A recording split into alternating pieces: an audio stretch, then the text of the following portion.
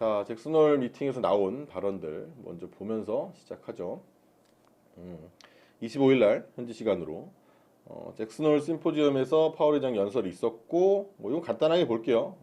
일단 뭐 물가 상승률이 많이 내려왔지만 아직 충분하지 않고 경기가 예상처럼 식지 않을 가능성도 있기 때문에 이제 염두에 둬야 된다라고 하면서 필요하다면 추가적인 금리 인상을 할 수 있다라는 말을 덧붙였고, 말만 놓고 보면은 뭐 충분히 매파적이긴 합니다만, 뭐 어제도 제가 말씀을 드렸다시피 그래도 최근에 뭐 파월 의장이 보였었던 상당히 매파적이었던 스탠스에서는 크게 벗어나지 않는, 그래도 뭐 그냥 할 만한 발언이었다고 평가가 되니까, 오히려 통화 정책에 대해서는 매파의 느낌이지만 뭐 거기가 이제 다구나 약간 이런 느낌이죠. 그래서 이제 너무 이렇게 불안해하지 않는 쪽으로 시장이 좀 온 것 같고, 그리고 무엇보다 시장에서 중요하게 좀 이번에 생각했던 게 실질적인 중립금리에 대한 연준의 의견을 좀 듣고 싶었던 것 같아요. 그래서 이거에 대해서 이제 연준이 좀 모호한 대답을 내놨는데, 지금의 이 실질금리 수준이 꽤 긴축적이면서도 또 중립금리가 얼마인지는 불확실하다, 뭐 이런 얘기를 했단 말이에요. 근데 이 중립금리라는 게 뭐 아시는 분들도 다 아시겠지만, 중립금리라는 건 뭐냐면 이제 경제가 어떤 뭐 과열되거나 어떤 침체되지 않는 상황에서 요 금리에 딱 갖다 놓으면 경제가 별로 딱히 움직이지 않는 상태 있죠. 그걸 이제 중립금리라고 합니다. 이제 이건 이론적인 금리고요. 실질적으로 뭐 이 중립금리를 딱 맞춘다라는 거는 존재하진 않습니다. 이제 이론적인 거고, 뭐 예를 들어서 중립금리가 여기 있는데, 요 자리인데 지금 현재 금리가 뭐 여기 있다, 기준금리가. 그러면 어떻게 되겠어요? 금리가 지금 높은 상태이니까 중립금리보다 경제가 가만히 있어야 되는 것보다 높은 기준금리를 갖고 있다면 분명히 뭔가 긴축적으로 작용을 할 겁니다. 예를 들어 뭐 물가를 잡는다든지 뭐 이렇게 될 거고, 그게 아니고 뭐 현재 이제 기준금리가 중립금리보다 이제 아래에 있다라고 평가를 받게 되면 시장이 아무래도 아직은 중립금리까지 가기에는 룸이 남아 있다는 거죠. 이런 상태에서는 시장이 좀 더 화랑을 띠고 오히려 물가가 더 올라가고 이렇게 되거든요. 근데 이제 잭슨홀 미팅 전부터 이 중립금리에 대해서 관심이 꽤 높아졌었는데, 요새 뭐 고금리 상황인데 뭐 미국의 뭐 고용이나 뭐 소비 심리 이런 게 이제 견조하게 잡히게 되면 이렇습니다. 이게 세상이 되게 안정적이고 따뜻해지면 이 중립금리가 올라가거든요. 그럼 중립금리가 올라가면 올라갈수록 사실 기준금리를 결정하는 입장에서는 이 중립금리를 결국은 따라가기 위해서 금리를 계속해서 높일 수밖에 없단 말이에요. 근데 이 중립금리가 최근에 미국 지표를 봤을 때 고용도 괜찮아, 소비도 괜찮아 이런 식으로 되니까 연준이 이걸 빌미로 해서 오히려 기준금리를 더 인상할 수 있는 그런 근거가 될 수 있으니까 불안한 거죠, 시장 입장에서는. 그래서 그런 평가들이 많았는데, 이번에 이 중립금리에 대해서 특별하게 언급이 없었다라는 건 어찌 보면은 뭐 굳이 이거를 핑계 삼아서 금리 인상을 더 하거나 뭐 이러지는 않을 것이다, 이런 느낌으로 볼 수 있지 않을까라는 생각이 좀 드는 거거든요. 만약에 뭐 파월이 이번에 나와가지고 현재 중립금리가 기준금리보다 더 높습니다, 뭐 이런 식으로 말을 했다면 우리 금리 더 올릴게요, 이거랑 거의 비슷한 말이거든요. 아니면 뭐 적어도 이 높은 금리를 내릴 일은 절대 없습니다, 뭐 이런 정도 얘기는 된단 말이에요. 거의 뭐 이제 금리 인상을 하겠습니다랑 비슷한 얘기가 되거든요. 근데 이제 그런 얘기가 없었다라는 거는 그래도 뭐 시장으로서는 다행이지 않았나, 오히려 좀 더 부드럽게 이거를 바라볼 수 있는 그런 게 되지 않았나 싶고요. 그리고 요에 이제 기반을 하다 보니 이제 월스트리트 저널에서 평가를 하기로 미국의 금리 인상은 끝났다, 요렇게 얘기를 전하기도 했습니다. 그래서 미국 증시만 봐도 뭐 파월 의장 연설 끝나고 이제 3대 지수가 다 괜찮았죠. 상승하면서 또 마무리가 됐고, 작년으로 비교해 보면 작년 잭슨홀 미팅 끝나고 파월 의장 이제 연설하고 나서 이제 증시가 굉장히 큰 충격을 좀 받곤 했었는데, 올해는 그래도 다행히 잘 넘어간 것 같습니다. 그래서 다만 뭐 이번에도 파월이 뭐 데이터에 기반해서 신중하게 정책을 펴가겠다고 이제 말을 했기 때문에 경제 지표를 보셔야 되고요. 제가 뭐 소개를 중간중간 계속 드립니다만 경제 지표에 민감하게 반응할 가능성이 높아요. 이번 주에도 이제 고용 지표 또 있죠, 그죠? 그 고용 지표가 큰 또 시장에 어떤 하나의 또 트리거가 될 수도 있고 어떤 나쁜 영향을 끼치는 게 될 수도 있고 뭐 그러겠죠, 그죠? 그래서 그것도 잘 지켜보고 또 내용 나오면 금요일에 나오니까 이거는 금요일 완전 밤에 나오거든요. 그래서 다음 주나 주말에 한번 얘기 드리도록 하겠습니다.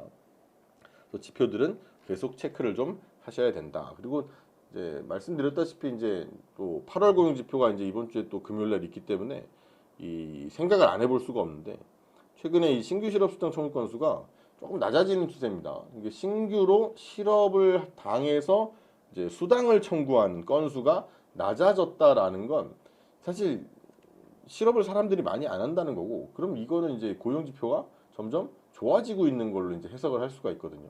그래서 이제 이번 주에 어떻게 나올지 모르겠지만 고용 지표가 나오는 거에 따라서 또 시장이 어떻게 반응할지 좀 봐야겠습니다. 좀 좋게 나오면 사실 뭐 살짝 좀 변동성이 있을 수는 있습니다. 또 제조업 지수 중에 이제 ISM 제조업 지수 보면 요새 조금 올라갔거든요. 물론 아주 좋진 않지만 살짝 올라갔단 말이에요. 그래서 이게 항상 좀 딜레마인 게 미국 경기가 좋으면 혹시나 또 긴축의 빌미가 될까봐 핑계가 될 수 있으니까 걱정이 되고, 반대로 또 경기가 나쁘면 또 침체네, 아유 어떡하냐 이러면서 나쁜 대로 걱정을 하는데 물가만 잘 잡히면 사실 뭐 금리에 대한 우려는 조금은 이제 안 해도 되지 않을까 생각이 듭니다. 패드워치에서 최근 나온 금리 전망도 보니까 안 움직인다가 9월입니다. 9월에 안 움직인다가 지금 이제 한 80.5%.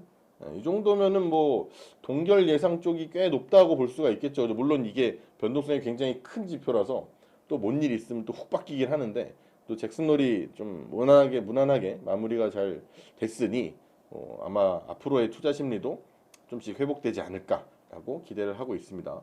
최근에 이제 우리나라 증시도 안 좋잖아요. 그래서 안 좋다 보니까 증시 거래대금이나 확실히 많이 없어졌습니다. 저 많이 빠졌어요. 그래서 뭐 코스피 코스닥 합산으로 보니까 한 19조, 19조 원 정도로 거래대금이 좀 많이 감소를 했는데, 그리고 잭슨홀 미팅이 끝나고 나서 이제 불확실성이 좀 해소되는 과정을 거치면은 이 거래대금이 다시 좀 올라오는 이런 흐름을 좀 볼 수 있지 않을까 기대해 봐야 되는데, 이건 뭐 사실 완전 후행적인 지표라서 지금 제가 뭐 이게 올라올 겁니다라는 것보다 올라오면 또 말씀드릴게요. 그래서 거 봐요, 이제 거래대금이 올라왔으니까 또 힘내시다 이렇게 말씀을 드리도록 하겠습니다. 그리고 최근 들어가지고 이제 환율 상승 흐름이 좀 둔화가 됐죠. 그래서 외국인 순매수가 다시 나타날 것으로 예상을 하고 있는데, 최근에 3년 환율을 보면 원달러 환율과 또 외국인의 누적 순매수는 반대로 움직입니다. 그래서 원달러 환율이 만약에 뭐 이런 식으로 이렇게 올라간다라고 하면 아무래도 외국인들은 팔 수밖에 없고, 원달러 환율이 이제 내려간다 이러면 또 외국인들은 또 살 수 있고, 뭐 이런 식이거든요. 그래서 원달러 환율이 뭐 얼마가 딱 맞다라는 거는 정확히 뭐 말씀드릴 수는 없죠. 그게 뭐가 딱 맞다라는 건 없어요. 다 장단이 있기 때문에. 근데 적어도 좀 그래도 요즘 같을 때는 특히 원화가 좀 강해지는, 그러니까 원달러 환율이 조금 내려가면서 외국인 누적 순매수가 좀 올라가는 그런 식의 흐름이 나오면 좀 좋지 않겠냐. 그러니까 여기서 누적 순매수가 올라가려면 결국은 원달러가 떨어져 줘야 된다.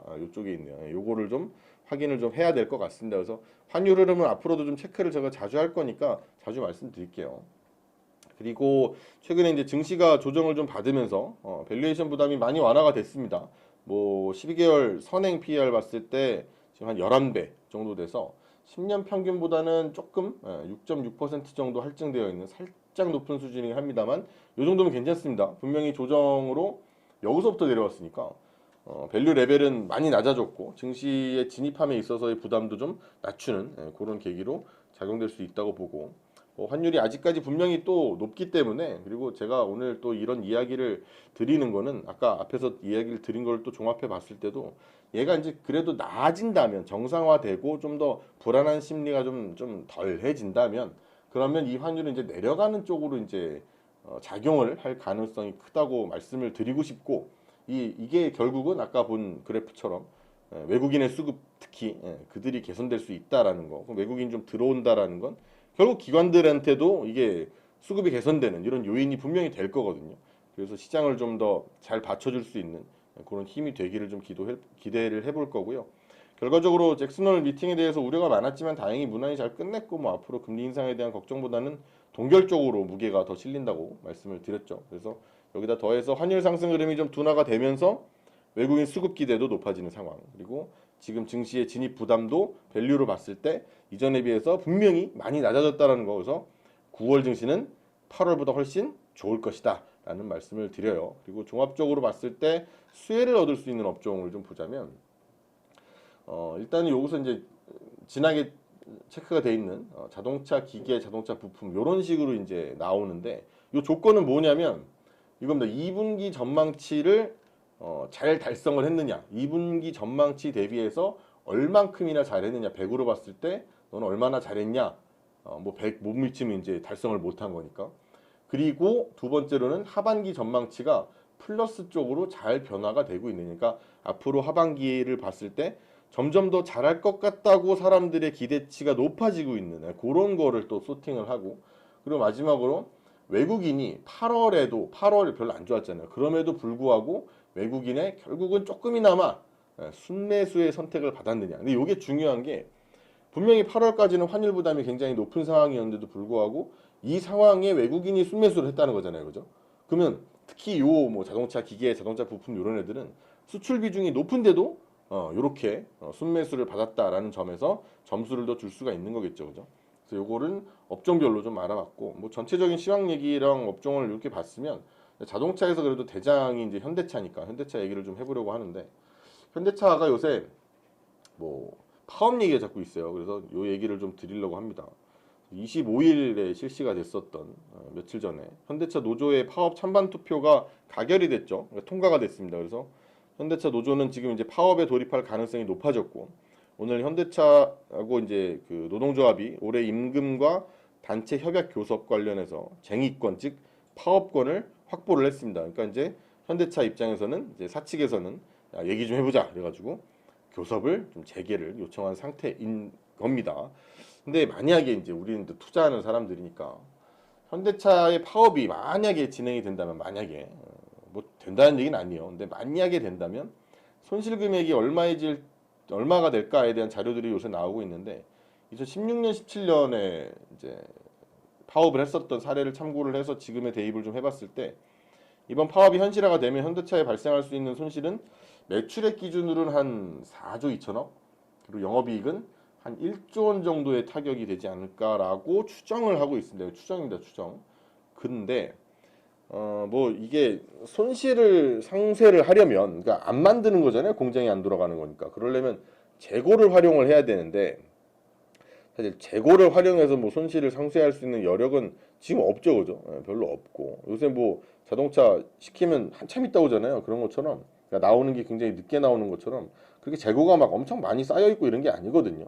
그래서 지금 상쇄할 여력은 별로 없는 데다가 뭐 특근이나 이런 추가 작업을 해가지고 또 연내에 또 이 손실을 또 만회할 수 있는 이런 가능성이 있긴 하지만, 그래도 뭐 만회를 한다고 해도 타격이 안 올 수는 없습니다. 결국은, 그죠? 특히 이제 만약에 파업을 한다면 3분기 실적에는 더 이제 그 피해가 좀 있겠죠. 그리고 2016년이나 17년의 파업으로 인한 차량의 손실 대수를 파악을 해보면 이게, 그러니까 파업이니까 어차피 나중에 만들어 주겠지가 아니라 잃는 경우도 많단 말이에요. 그래서 이번 파업에도 아마 손실 대수의 추정은 한 11만 6천 대 정도의, 만약에 파업한다면 요 정도의 손실 대수가 발생할 것으로 예상을 하고 있는데, 언론 보도가 나온 걸 보니까 현대차 노조가 이번 이제 30일에 파업에 들어갈 가능성이 높다고 하거든요. 내일 모레죠.